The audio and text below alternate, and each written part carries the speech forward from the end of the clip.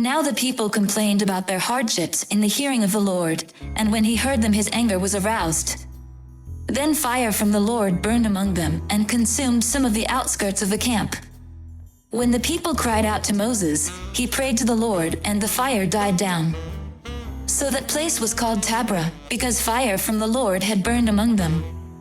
The rabble with them began to crave other food, and again the Israelites started wailing and said, "If only we had meat to eat. We remember the fish we ate in Egypt at no cost, also the cucumbers, melons, leeks, onions, and garlic. But now we have lost our appetite, we never see anything but this manna." The manna was like coriander seed and looked like resin. The people went around gathering it, and then ground it in a hand mill or crushed it in a mortar. They cooked it in a pot or made it into loaves. And it tasted like something made with olive oil.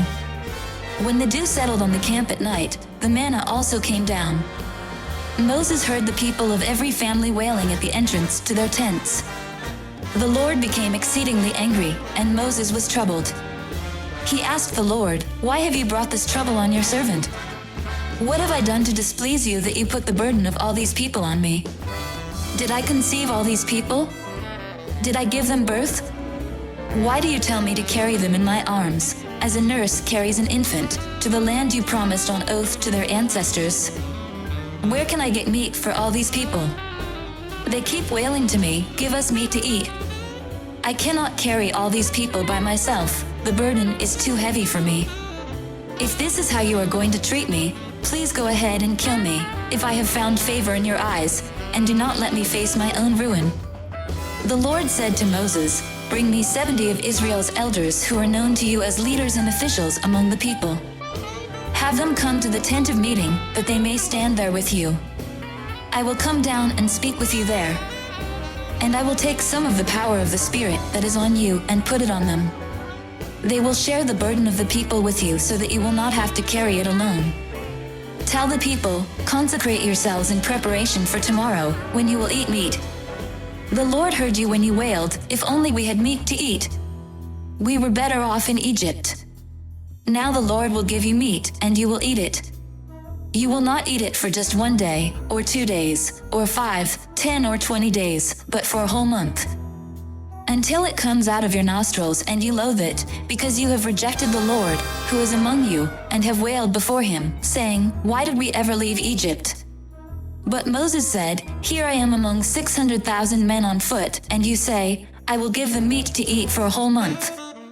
Would they have enough if flocks and herds were slaughtered for them? Would they have enough if all the fish in the sea were caught for them?' The Lord answered Moses, 'Is the Lord's arm too short?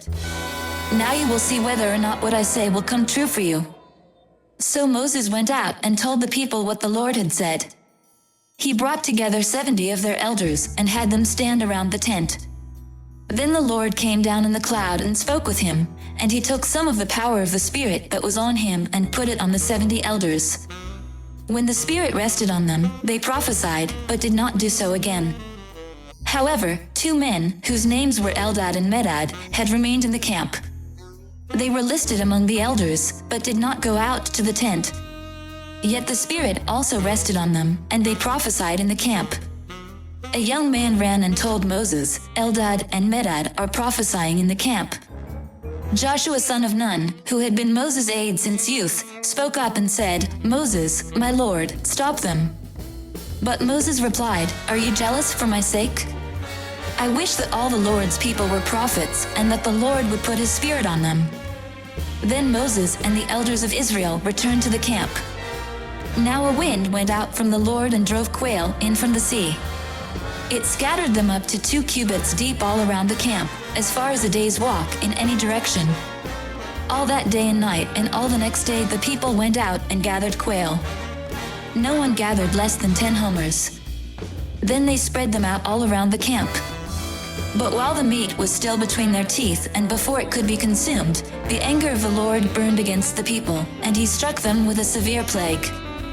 Therefore the place was named Kibroth-hattaavah, because there they buried the people who had craved other food. From Kibroth-hattaavah the people traveled to Hazerah and stayed there. "Come follow me, and I'll send you out to fish for people."